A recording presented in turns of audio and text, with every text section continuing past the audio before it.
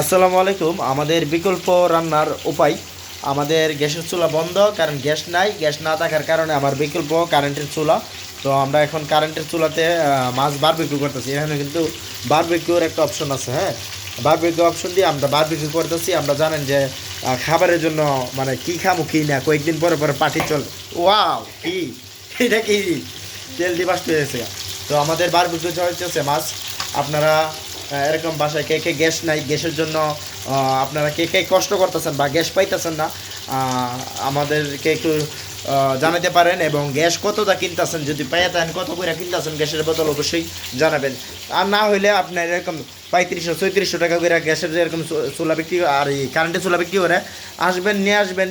বাস, current না থাকলেও আর এই গ্যাস না থাকলেও আপনার কারেন্টে রান্না করতে পারবেন। ঠিক আছে, আমাদের এই দিক দিয়ে রাইস কুকারে রাইস হইতেছে, আর এই দিক দিয়ে সুন্দরভাবে হইতেছে। ঠিক আছে, আপনারা এরকমভাবে করতে পারেন। কত সুন্দর, ওয়াও। কি আর এইটা আমার যে চুলা না, আপনার যে কোনো ফাতিল, এই যে এই ফাতিল কোন আর এই ফাতিল কোন, যে কোনো ফাতিল বসানো যা। ঠিক আছে, আপনি যে কোনো ফাতিলে কোনো সমস্যা নাই। ঠিক আছে, সব ধরনের ফাতিলে এলাও আছে। এবং আমার এই গ্যাসের চুলাটা পাইবেন কোথায় জানেন? আমাদের চম্পকনগর বাজারে মিজান ভাইয়ের যে দোকানটা আছে ওইটাতে অ্যাভেলেবেল আছে। চম্পকনগর দোকান আসবেন, আর সে বলবেন যে এরকম চুলা দেখছি, চুলাগুলো নিয়ে যেতে চাইতেছি, ভিডিওতে দেখলাম।